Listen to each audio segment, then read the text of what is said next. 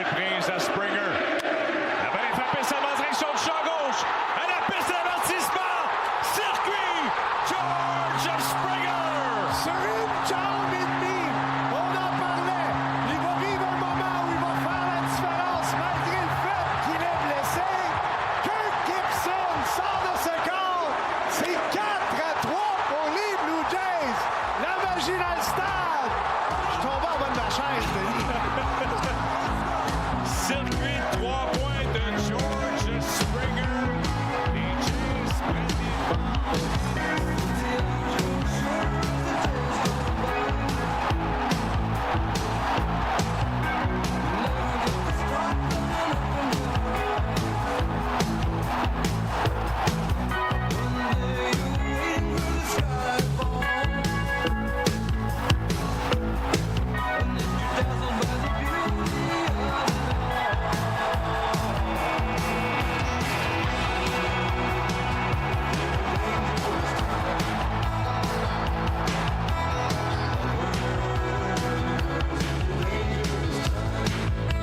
Okay, now it's working. Okay, I guess that's fitting, right? Yeah, I know. No, I mean, every get that out of the earlier you get something like that out of the way, the better. Yeah, and I wasn't gonna like stop you because you were what you were saying was Yeah, it no made a lot of worries. sense. So Yeah. okay, so Sam, I messaged you after Game 6, and I said to you, "Are Toronto sports going to exercise their Game 7 demons?" And you responded, "It's terrifying having the specter of the best player in the history of the sport around the corner too." And I thought that you were like you said having, like as in like us having, like you were referring to Vladimir Guerrero. And so instead of saying Vlad, I said Barger, and sent you a picture of Addison Barger looking like a child at bat. And I thought it was pretty fitting. I thought it was pretty fitting to reach out to you. Like we said before, when we were trying to record this the first time and realized that it wasn't recording, we actually met in 2015, which was like the destined Blue Jays year that never happened.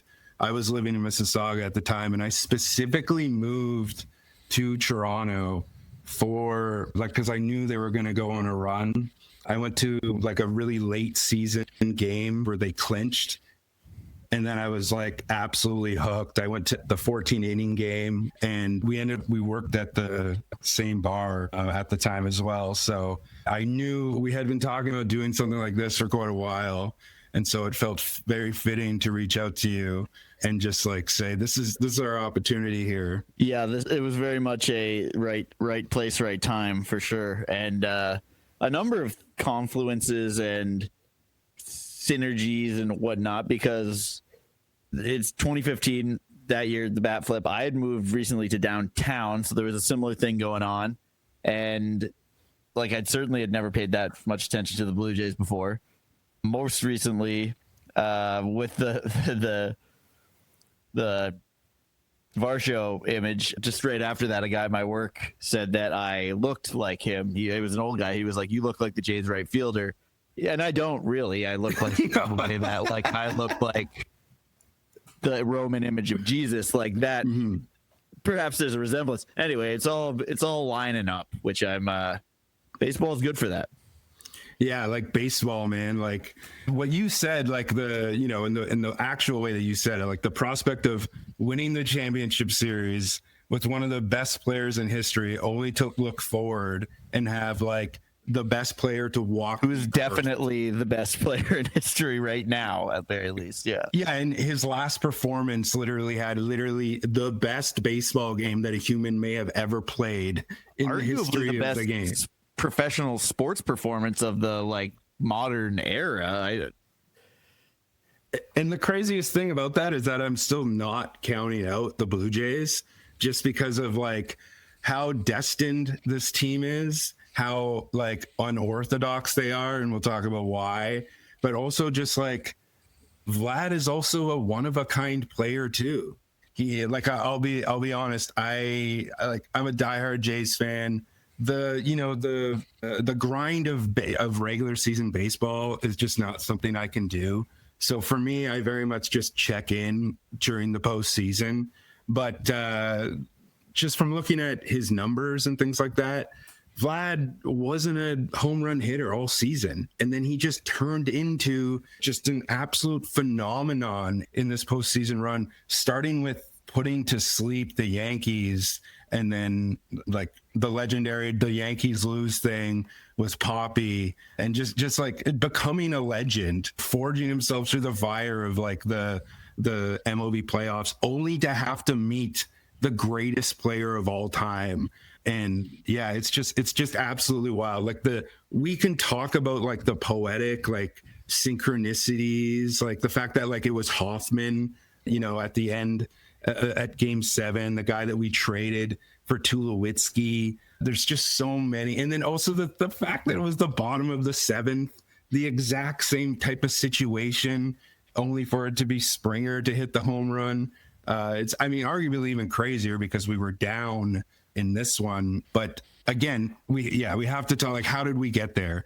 And I think the best place to start is with Game 4, because I had been talking with you, and I've been talking to many people about like the difference with this team and the John Gibbons 2015 team. Was like, Gibbons was such an amazing manager for that moment, for that team, as far as being just a raw baseball manager. But the emotion aspect wasn't there. The emotion aspect always came from the players, and it was always like his moves were always like the type of thing that would kill the emotion, like not going with the hot hand because he'd have to face a bad matchup or something like that. And Schneider, for better or worse, he is a pure vibes based manager, as you said when we were trying to record this first time, right? I would say he's vibes based in a demonstrative way, in a like wants to show that.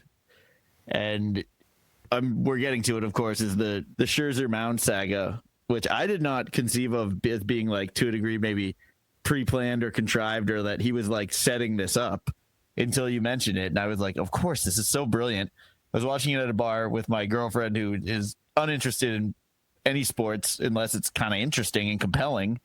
And I was just thinking at the time, like, you could show someone from a different culture who doesn't speak English and is unaware of baseball the like Scherzer Mound interaction, and they would pick up what was going on. It's a very universal, intuitive, and like cinematic, certainly, moment. And it's it's it's the micro, the picture of that vibes based attitude. Oh yeah, it was purely like right out of something out of Bull Durham. It's interesting because the night before, I listened to Talkin' Baseball, a great podcast hosted by Trevor Plouffe, who is an old first base. I don't even know what position he played, but an old ball player. And as a joke, he was saying, like, I want to see Schneider go out there and Scherzer just be like, you're not taking me off the mound. Like, I'm not coming off. Because there was a classic, I don't know if it was in the playoffs, but there was a Yankee player like in the 90s who yelled at Joe Torre when he was pitching, like, I think a perfect game. I can't remember exactly, but there's a classic clip where Torre got up onto the field and he was like, no, get back. And like, that's what he was referencing with Scherzer, like just being like, and when it happened, I could feel the anticipation based on what, a former ball player said, because of the type of guy that Scherzer is. He's a nut. And so like, I do truly believe that Schneider knew that's how he was going to react. And then this is the thing. The reason that you would do that, and that this is what makes Schneider so good. And if you're paying attention to these little micro segments, like, you know what I mean? If you only tuned into Game 5, you would be like, no, he's terrible. He's an idiot. He doesn't know what he's doing. But baseball is played on the field. It's played by humans. It's not played on a sheet, right?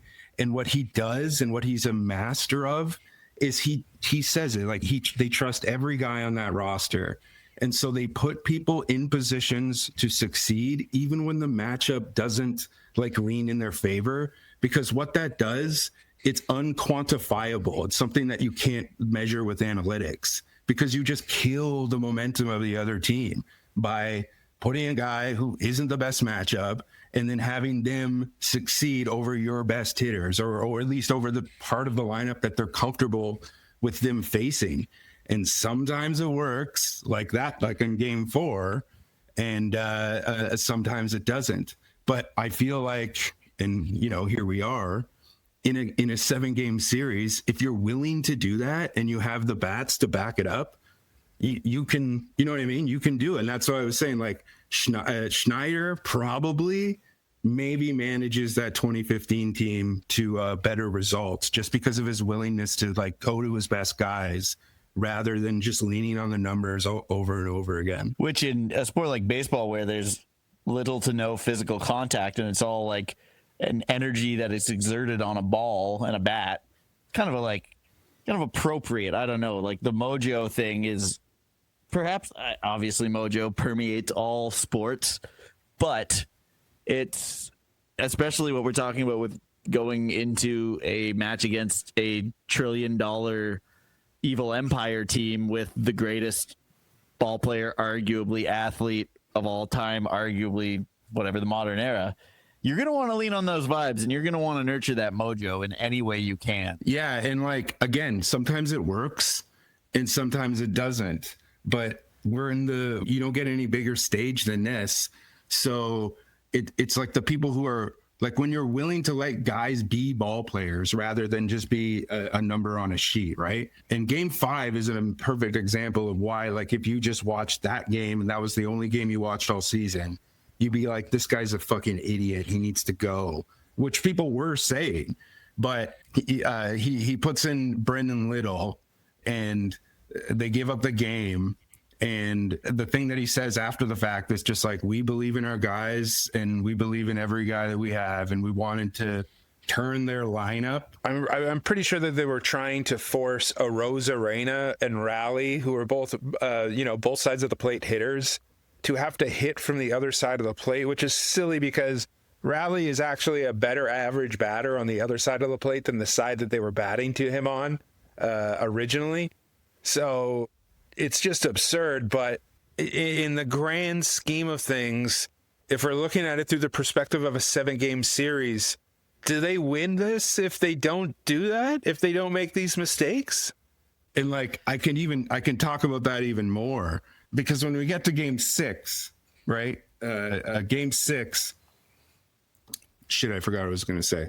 I just have one small random anecdote. I was out somewhat begrudgingly. I was at Toby's karaoke with a couple of buddies, and nice. At the end of the night, this guy walked by our table and we just randomly started chatting with him because he was wearing a Zoran t-shirt, Zoran Mamdani hot dog t-shirt. So I was like, cool t-shirt.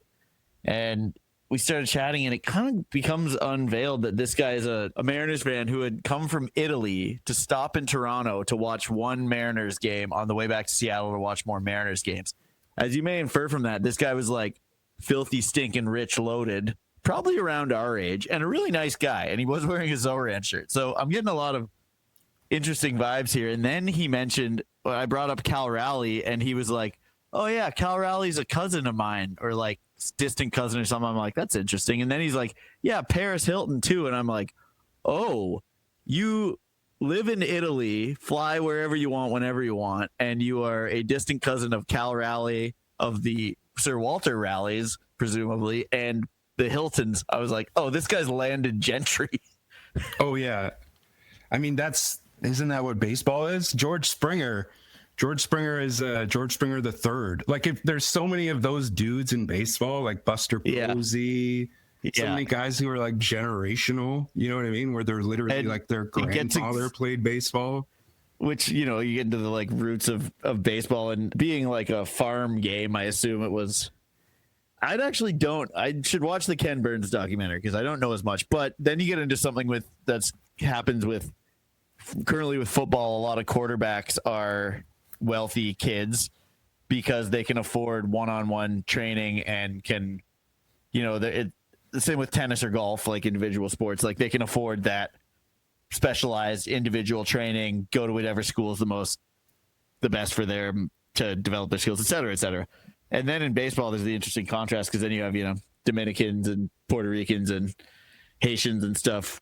Class dynamics there. There was one thing that was just highlighted. I guess it would have been post game 3, but regardless, in the Seattle Toronto dynamic there. To keep going with what you're saying, I didn't know this, but it's also with baseball players, especially non-white baseball players. It's almost approached, this is awful to say, but it's true, like horses. Like if you have the right pedigree, you know what I mean? So like, listen to this. The one guy in the Jays, that guy that's playing second base, Isaiah Kinner-Falefa, he is actually he's a distant relative of like a white ball player from like the 1940s. I can't remember his name. Is like Kinner the shared last name? Yeah. Cool, because I was wondering about that, because Falefa, I assume, might be like Polynesian or Hawaiian. Okay, interesting. Yeah, he's got crazy background. He's Samoan and Japanese. Okay, gotcha. Yeah, presumably Hawaiian or something. Yeah. Yeah, he's from Hawaii, but his his ethnic origin is Japanese and Samoan. I feel like I was just on this site. Oh yeah, Ralph Kinner. He is through his mother's lineage, Kinner-Falefa is the second cousin twice removed of Baseball Hall of Famer Ralph Kinner. Always the second cousin twice removed. Yeah.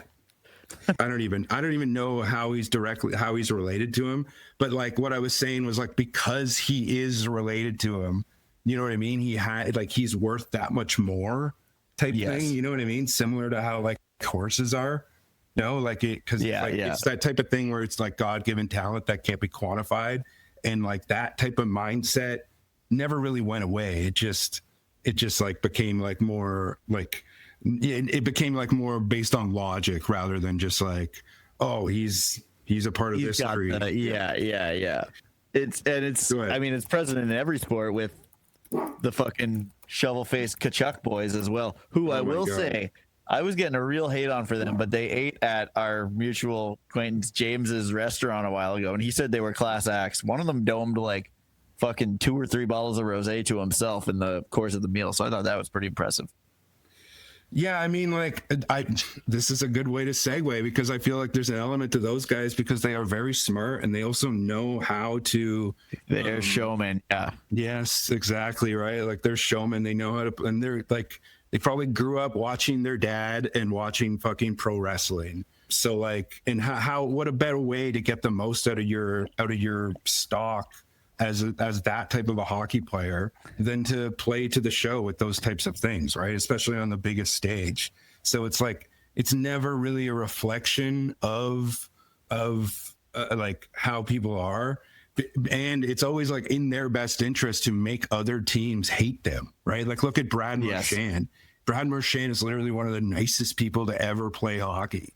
But like, you would never want to play against him because he's also just a dirty fucking player and like a glue guy for the other team that you don't want to play against. And this does link back to something else in our preliminary talk, the moralizing of fan culture and sports generally, which is like, it's more of a testament to someone's character that they can like be a decent human being outside of the whistles and like be a bit of they're not cheap shotting anyone, but they can be a cunt or they can be a prick between the whistles. And it's almost like, well, you have a healthy like switch here. Like you have a healthy relationship with, that this is like sports is this release, this, we're not going to pretend it's governed by the rules of polite society. It's the gladiatorial. Exactly. It's the circus. Yeah, exactly. And that's why so many people don't get that about sports, and it weirds them out when you're able to just be like, hey, good game. You know what I mean? Like after like so much emotion is poured into that, like it's a game. It's not a reflection of reality. And it's like always best not to make it a reflection of reality. And personal anecdote. I'm like a diehard New York Giants fan. My biggest sports passion is the New York Giants, American football. And when Saquon Barkley left the Giants, Saquon's born in Brooklyn. A lot of people don't know that. He is a New York boy who then went to Pennsylvania, I believe, to find the best opportunities in his career, but he's born in Brooklyn. That is not very common for top tier football players. When he left, I'm not even going to get into the dynamics of Giants front office stuff, but the Giants subreddit, which obviously I'm not holding any subreddits to the highest standard, but these people were the vitriol towards Saquon to me was unthinkable. I cannot put myself in the headspace of a fan who would hold him like as like some sort of traitor or like dishonorable or something for taking the best contract and winning a Super Bowl. So that's, I fuck Giants fans. I am one, but fuck them. I think it's the New York thing, but anyway, I digress. I mean, I think it's sports in general, man. Like I see it so much like this is a great way to tie it back to the Blue Jays. Like in Game 5, right, when Brian Wu hit George Springer with a slider that got away from him and hit him in the knee at like 94 miles an hour, and they showed it on the broadcast like with full sound, and it sounded like he hit the bat with the ball. That's how brutal it sounded. And getting caught with a pitch in your knee or elbow sounds like one of the most painful, non-debilitating sports injuries you can have, I would say. Just imagining that feeling, like that concentrated force on your funny bone, essentially. That's fucking rough. Yeah, exactly. And like, the Springer was not hurt, right? Like there's no way that you can ever in a million years fake that, like, or that you could, even if it didn't get you the way that everybody thought it got you, it's still going to hurt. And like 8 out of 10 people are never going to be able to deal with that level of pain, right? No, but like, let alone perform, let alone like maintain consciousness in that level of like physical pain. Yeah. Yeah, and so then after the game, after that happened, the Mariners fans are just booing George Springer. And for people who don't know, the reason that they do that is because George Springer was a part of the most notorious cheating scandal in Major League Baseball history with the 2017 Houston Astros, who he was a part of. And that team won the World Series. And the Seattle Mariners are a part of the AL West. They have been, the victim of that probably more than anybody because of how long they've lost in the division that Houston won while cheating. As a general sports fan, I don't mind them booing George Springer. Oh, I have said this. I like cheating in sports with the exception of the New Orleans Saints bounty gate, because I'm sure many teams were putting bounties out. It's scumbag shit. Someone had to get scapegoated, whatever you want to call it. We don't encourage bounty hunting. However, I've always said I hated the Patriots, but Deflategate, stealing signals, whatever the fuck, everyone who's doing it best is the question, like not whether they're doing it. And the one thing I will just say that I love is the analog nature of the Houston Astros cheating, the banging of garbage can lids or whatever the fuck it was. I'm like, I love that. Keep it simple. Yeah, and I mean, you have to be able to see the game differently. And I'm not moralizing the Houston Astros. Like, baseball is a cheater sport. Like, it's that. Yeah, absolutely. If you're not cheating, the best one. Yeah, if you're not cheating, you're not trying. But with that said, I don't mind the Mariners hating George Springer. You know what I mean? I think that's just like, it's a part of sports. Like, and you have to own it. And he pretty much did.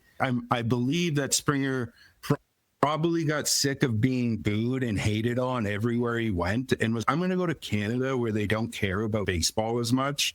Yeah, like getting threatened. You know what I mean? The other thing that I'll say he's gained here is everybody from the ladies to the gays and the theys and the ostensibly straight men in Toronto are screaming jeans for George Springer. First, most of the time when Jays come up, before like this current, World Series, how hot he was the first thing that was coming up on most people's lips. Well, I mean, I think this is a testament to this team entirely. Is a part of why they probably are winning and why that 2015 team didn't. Is like, this is absolutely the most homoerotic Blue Jays team in the history of this sport. Yeah, Like they got with something for everyone. Yeah, it was Ernie and Addison Barger and George. It's just absurd. But You like short, thick kings? We got a tuna can for you. A can of Mexican tuna. oh my God. Okay, so to the moralizing thing, because this fits perfectly, because when the Jays lost Game 5, and then Schneider was asked about, what the fuck were you thinking? He brought up Mariners fans when they're booing George Springer. He literally said his exact words are, "They ought to look in the mirror." And I was driving. Oh, that's awesome. And I was like, you fucking but that's the thing, is he said that because he wanted to take, you know what I mean? He wanted to make it about that rather than making it about, you know what I mean? Making it about the stupid decision that he made to try to, use Little to put his throat on their neck. And by then making it about Springer, right? And saying oh, Mariners fans have some class. I felt that was very ironic because, first of all, no one should tell Toronto fans of any sport to have class, because when we get to the pinnacle, we are rabid lunatics. I will say, I was at Game 5 of the NBA Finals when Kevin Durant blew his Achilles, and I cheered insanely. You know what I mean? Oh wow, I didn't remember that. That's awesome, because one of the great asshole fan moments is when the Eagles, the Cowboys were playing in Philadelphia, and Michael Irvin, I mean, it seemed like he severed his spinal cord or something. He was carted off the field with a neck brace on the stretcher, and Philly lit up, let me tell you. So I'm glad to hear another instance of that. Well, it's one of those things where it's well, it's not a good thing, but my approach is yes, that's how people act. This is all insane. We're all acting rational. To then approach this like a moral thing is just as insane as you're saying they're acting. You know what I mean? Because absolutely, this is crazy. We're reenacting when we used to sacrifice bodies in the Coliseum and stuff, right? Absolutely, this is as civil as we get. And this is what else we talked about was the Coliseum, and of course the great Mesoamerican ball game, which sadly, from my research, there's not a lot we know about the ball game. We don't know how ritualized it was. We don't know if perhaps it was maybe kind of because I think most people seem to think gladiatorials were kayfabe, right? It was it's way more it makes way more sense that gladiatorials were kayfabed and they would take wounds that they could tolerate because there was only so many gladiators. So presumably they had to. I don't know. I'm a nerd about this stuff, about socioanthropology stuff, and I believe that the reason that comes out of things is because before the modern era, warfare was just people were in hordes of armies and stuff, but a lot of fighting was just done by a handful of people, and everybody else just watched. And so those were the people that then defined themselves, that then became they moved up, the type of people who then were just, maybe not noble, maybe not sold, peasants, but they were noble soldiers that became kings, right? Because of the way that they fought in certain wars. And, jousting and things like that is very much how that started to get extracted from actual warfare, where the aristocracy was still defined by this type of competition, but not murderous. And so it's attached to that, right? Where there would be some times where you'd be able to make it so that your family would just have more access to wealth and things like that by simply even participating in the Mayan ball game, because to participate in it meant that there was a chance that you could die. So it was just this weird way of of social mobility. I would imagine too, and I'll liken it to with the building of the pyramids.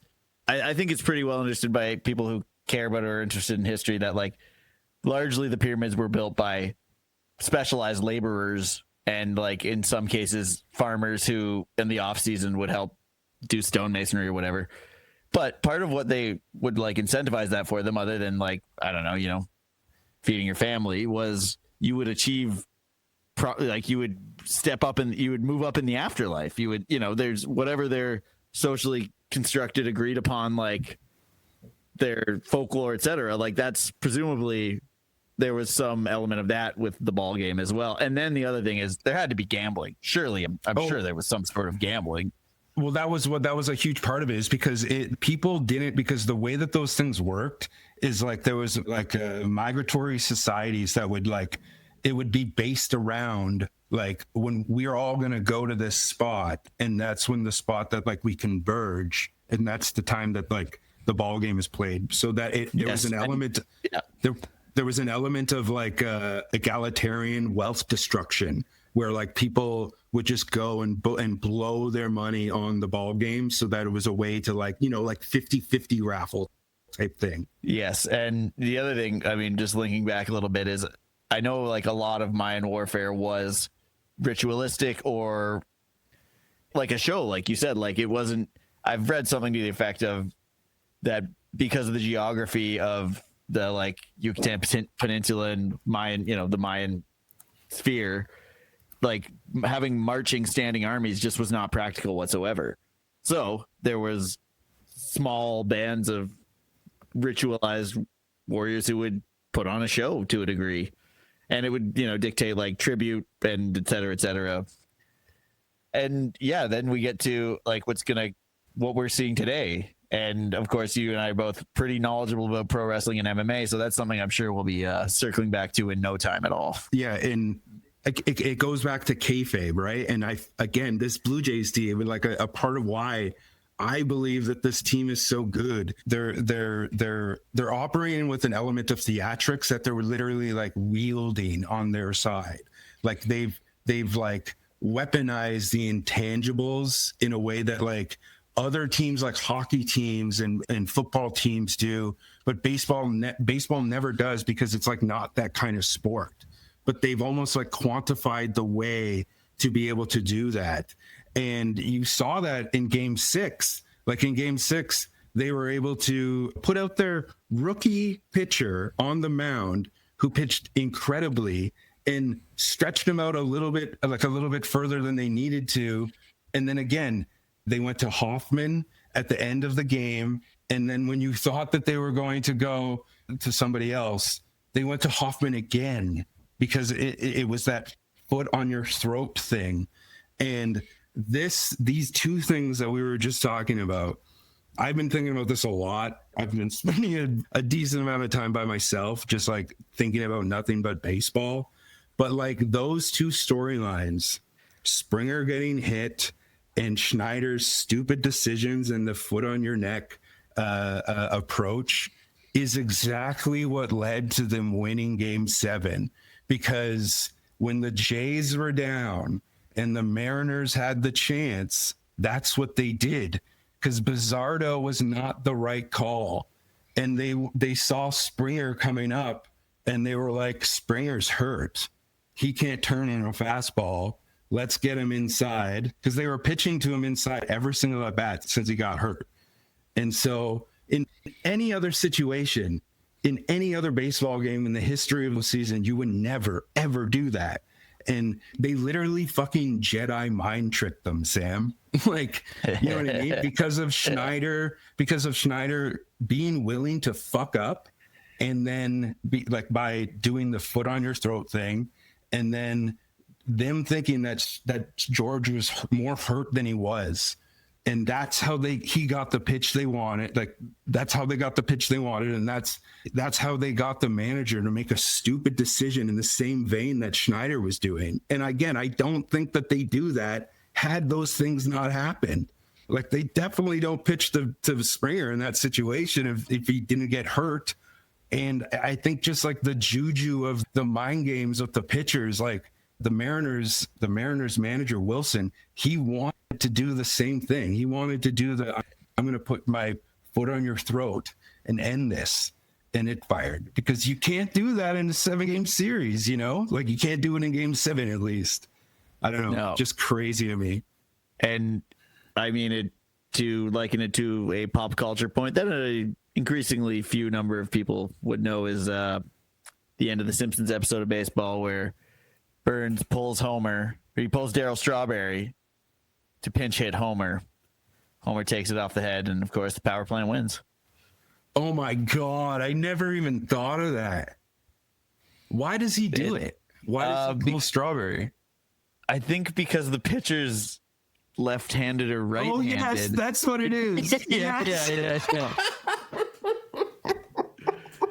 Yes, exactly. And so there's an element of that too.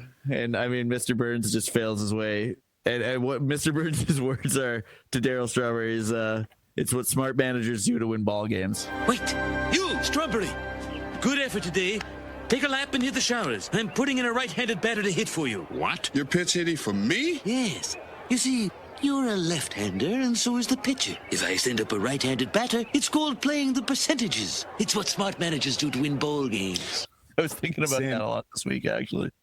Sam, you know what's funny too is that Don Mattingly is on this baseball team. I just saw that. Mattingly! I thought I told you to trim those sideburns. Go home. You're off the team for good. Yeah, that's it. When I saw him in the clubhouse after the ALCS win, I was like, I thought I told you to shave those sideburns, Mattingly. He's not taking any chances. And I didn't realize, was he with the Jays in 2015? No, he just got here. He came in with I think the guy's name is David Popkins, who is the hitting coach, who is kind of just transformed the Blue Jays. Gotcha. And what's crazy, guess where they came from? The LA Dodgers. Oh. Yeah, like Mattingly coached the Dodgers for years. I don't know where he went after, because he was the manager for the Dodgers for a while before. I'm pretty sure he was the last manager before David Roberts, who's the current manager. So it's so funny that you say that about the baseball episode. That is so Which funny. is my favorite episode of The Simpsons of all time. Without, other ones I could hum and haw about 1A and 1B, but that is bar none my favorite episode. Oh my God. And then is there anybody else that's connected to this that would be in there? I don't think there is. Think so. I don't know. No. I mean, I'd have to run through the song, but I don't believe so, unfortunately.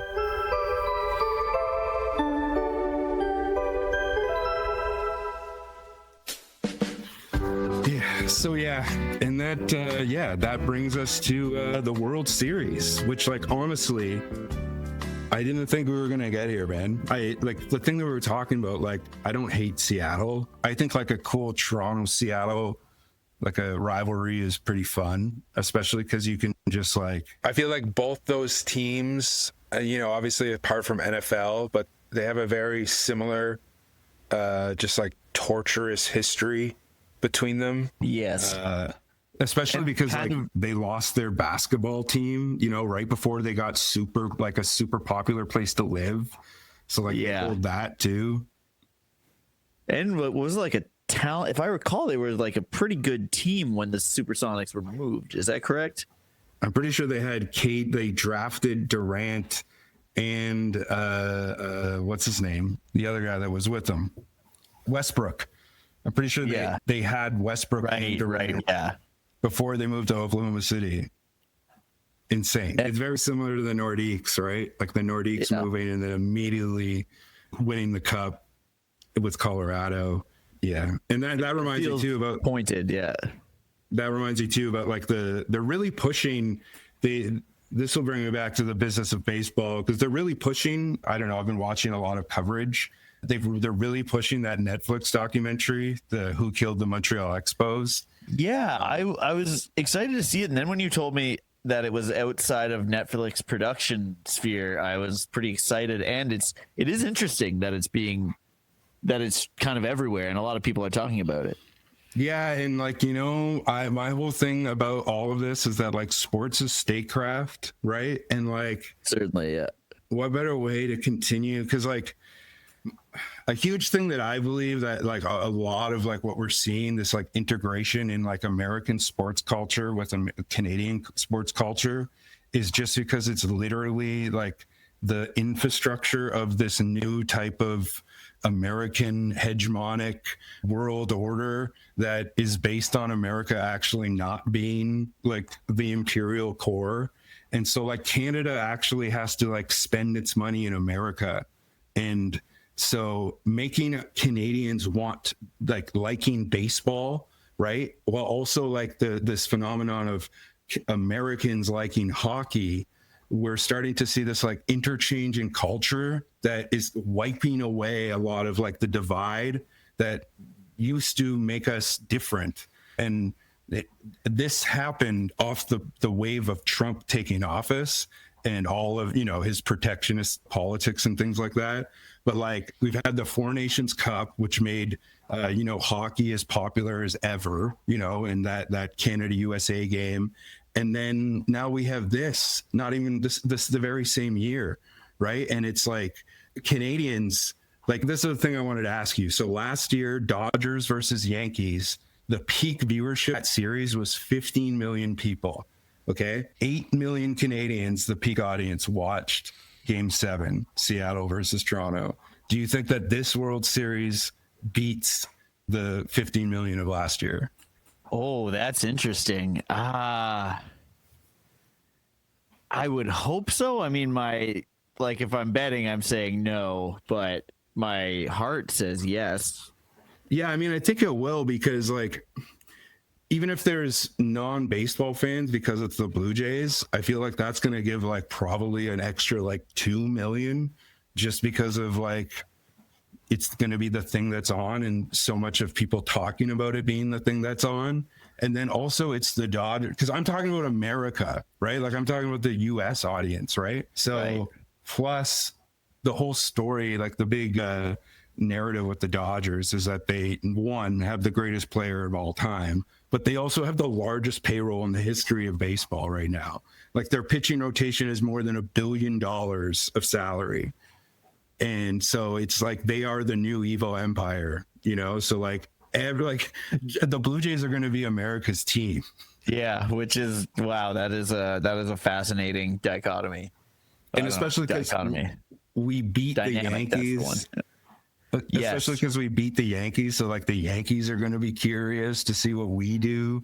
You know, it's all crazy. And yeah, I would not be shocked. Like I'm seeing this, and think about it. It came out the night that the Blue Jays won Game 7, right? And I saw that was the planned release date like a month ago, and I was like, that's a good shot. And now they're just pushing it like crazy through all of this World Series. I would not be shocked if there's like a movement to bring back the Montreal Expos. Just because of like, yeah. And I mean, I was laughing about this with someone I was chatting with the other day, regular at my work.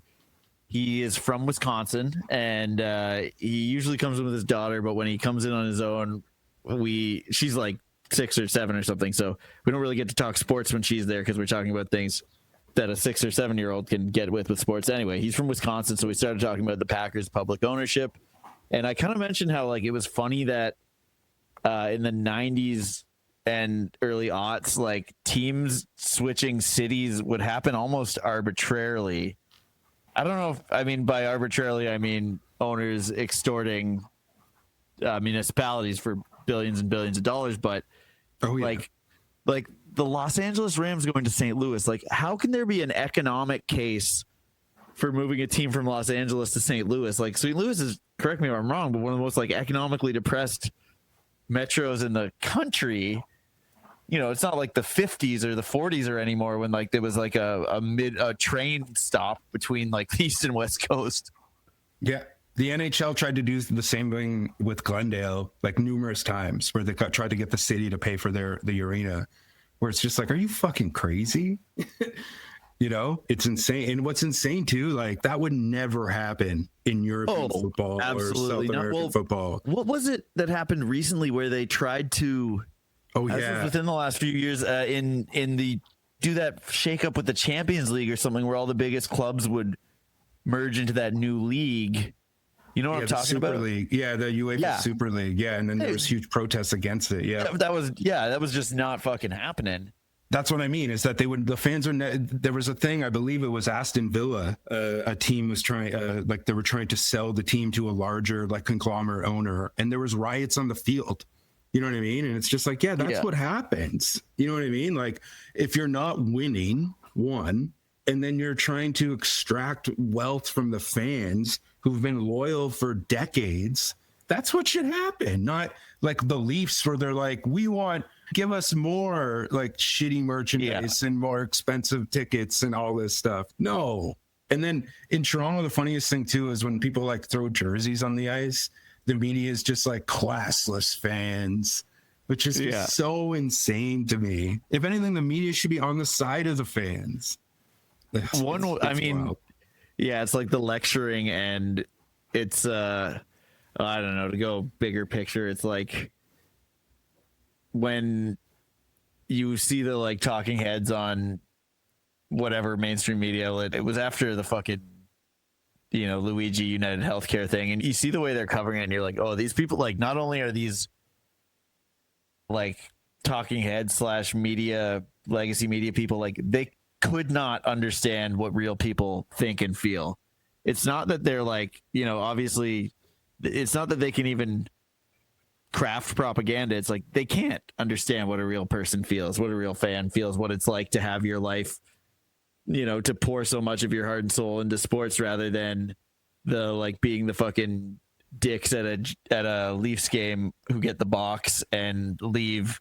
So give you another little personal anecdote. When the Giants beat the Eagles, I don't know if that was 3 weeks ago, I was out, so I had the game on. I was listening to the game, and I heard them say, this is a Thursday night game, the Giants playing the Eagles, and the Giants start winning. The Giants start going up, and one of the fucking broadcasters says, well, the stands are really filling up now that everybody knows that the Giants are in a competitive game against the Eagles. And I'm like, man, this is football. If I had season tickets, I would only be missing games for like a relative in the hospital. There's only 9 home games. Yes. What the fuck? Where are these fucking people? Oh my God. Well, I feel like, I don't know. Have you been to a Giants game in MetLife? No, I've driven by MetLife a couple times. I've been to a Bills game, and going to Detroit was on the docket until the most recent Trump election, and then that seems less appealing now. Yeah. Like I believe that like recently, since what was called PASPA, which was the thing that like started to legalize gambling, it was based in like, the owner of one of the casinos in the Meadowlands, which was like basically where they had it all for like many years before they actually launched legal gambling. And like the way that was set up is like literally like the entire like a part of the like transit system didn't open until they did that, because like if you live in New York, you couldn't gamble legally in New York City unless you went to New Jersey. But like there was an entire like line that started to, I don't know if it opened, but it got tons more traffic, and the infrastructure expanded specifically because of like the boost in traffic that was going to go to the Meadowlands and MetLife just because of the legalization of gambling. So I believe that it is like super easy to get out there from like downtown. So maybe like that could have a part of it, where if they suck, you know what I mean? Like people just aren't showing up. But if they don't suck, it might be like how, like the Jays on a Friday night in August, where unless like, you know what I mean? If people are late, they look at the score, it's 8-0. You're not really going to go. You know what I mean? Yeah, like, sure. Yeah. Yeah. That's a more charitable interpretation for sure. I was projecting a little bit of frustration there, but there's a dynamic there, certainly. I have a little bit of like a unique experience from being like a bit of a metropolitan sports fan that isn't like actually having allegiance to a team in Montreal, besides like becoming like a budding Habs fan. But like I've gone to many different sporting events where I'm just like, I have tickets, but then I'm like, oh, am I going to go? And then I look and it's a good game. Like I've gone to like tennis and stuff where I'm just like, okay, yeah, I have to go because sure, yeah. You know what I mean? Like, but if it was a bad matchup or a bad game or whatever, I probably wouldn't. To be fair, I did. I took the Eagles to cover that night and the unders. It did not look like a good. It's a Thursday night game. Yeah, I get the thought process there.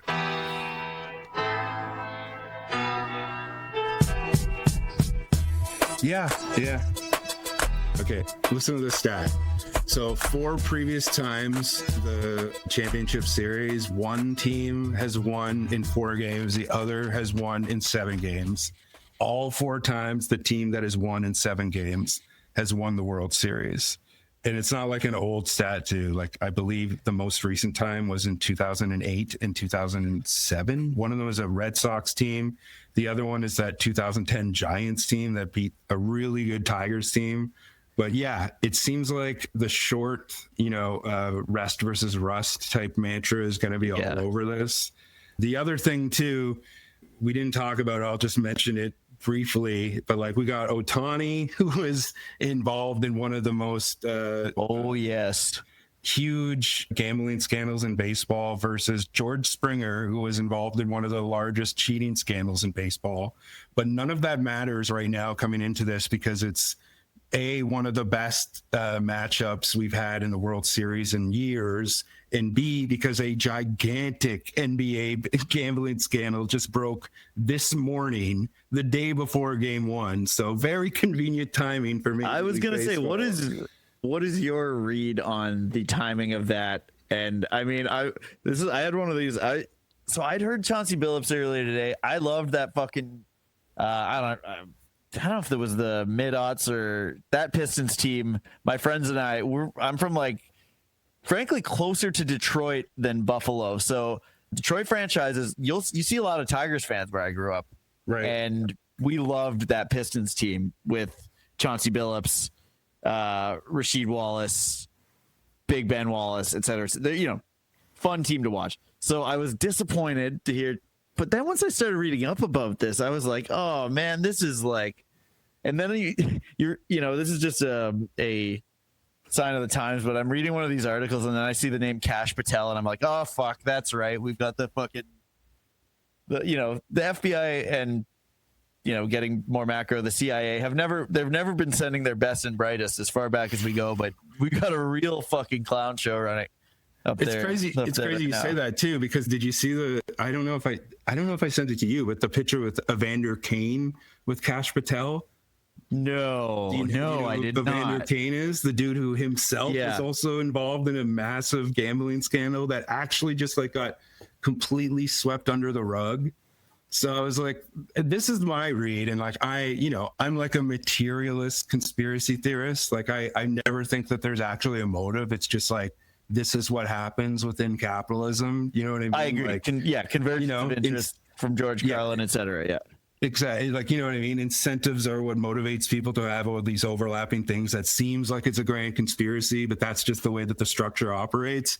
But the way that politics works, and I just know this from experience, if you have something on someone, it's always better to hold it until you have the leverage over them for it to work, for it to mean the most.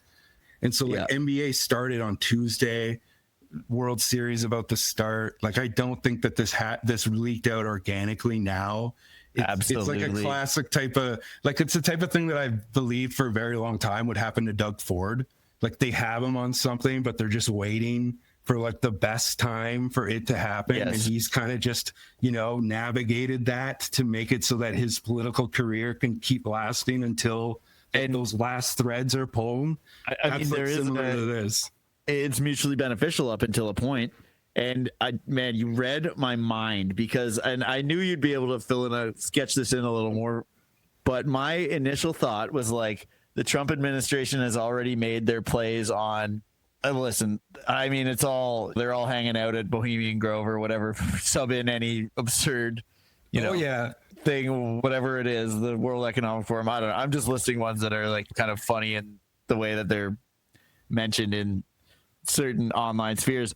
But the Trump administration has publicly already made these plays on the legal professional kind of class. finance class, obviously. I mean, the tech is steering the whole thing. And now it's like pro sports is the next one. And, that we see. Just another brief digression. Did you see the stuff, Bad Bunny being the Super Bowl performer and Rep Mike Johnson they stop him and he's like, well, what's wrong with Lee Greenwood? Why don't we have Lee Greenwood do the halftime show? And I'm like, this guy's not serious. He's it's a brilliant kayfabe one-liner. Is Lee Greenwood still alive? I don't know, actually. Yeah, I mean, the NFL is going deep. They had Kendrick last year with a super ritualistic halftime show that was a banger with tons of Jay-Z insane symbolism. These things, right? Jay-Z, the ultimate black capitalist who knows how to commodify images of resistance. Jay-Z is the one who's, say what you will about him, but he is a shrewd and crafty motherfucker. So he's doing some 3.5 level chess out there on the halftime show, I'd say. Oh yeah, and that's what it's all about. It's about that. Yeah, and this might be a good place to end, as far as because it brings it full circle, and it's also equally as completely insane. And if we keep talking from here, we'll go up completely off the deep end. Which we got save some for dessert for next time. Yeah, exactly. Quickly though, Blue Jays, do you think that they do it? I think there's a compelling case to be made, like you said, particularly with that rest versus rust stat. And if we're talking vibes, I mean, yeah, fuck it. I'd lay down that they can do it. Yeah. I think it's one of those things, because it's the foot on your neck thing, right? All analytics say no, but you know what I mean? With the way that the emotion of the game is, they're it's gonna go 6 or 7, and they're probably gonna win. If it's going to 6 or 7, I think they have an advantage. So let's roll with that. Yeah, and if it goes 6 or 7, I'm also gonna go to Toronto and couch surf for those 2 games. Well, so we can. Yeah, I'll see you then. We'll live podcast at Yes, absolutely. Yeah. But before I go, I need to, because now I need to end on this note, because it's completely insane. I've known this forever. The thing you were talking about with sports, that's always been the case. It's literally always been the case. It's been the case since the beginning of baseball. Absolutely. And if you search the term on Google, baseball Masonic, there is this funny little meme that says baseball is an occult Masonic ritual where even most of the players aren't aware of their actual role in the ritual itself, nor does the unaware audience of the masses watching the game / ritual from home or the stadium become aware of the ritual as it's happening. And that's essentially what statecraft is. That is the definition of what statecraft is. It's you don't have allegiance to a state. You've grown allegiance to something has replaced that allegiance, but it might as well be the same. You know what I mean? And because practically for an individual, us meat sacks, what's the difference? Exactly, because we perceive it all the same way, right? Because of this paradigm of morals, we process it all the same way: sports, politics, nationalism, and we're just being trained to do it. And it really, in the way it is now, is who's trained the best? If you look at China and other countries, it's in the emergence of a state that can be an economic power. That really is what defines it, and it's so cheesy to say, and also I don't want to be a part of it, but we are a part of it. There's nothing you can do about it. Well, listen, bread and circuses, the term has a negative connotation, but the bread is fresh and the circus is fun. Yeah. The Bruce Coburn song, right? Lovers in a Dangerous Time. This is sports lovers in a dangerous time. Yeah, walk off right there. That was smooth.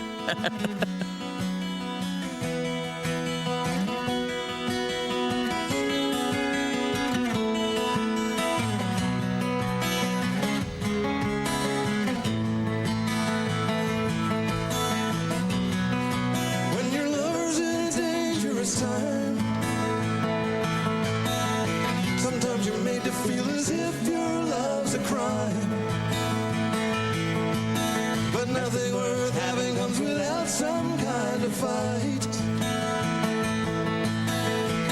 Got to kick at the darkness till it bleeds daylight. Y Springer la prende. Vuela la pelota. ¡No hay pelota! ¡Qué clase de bombazo! 108 costuras se van de aventura. Cortesía de George.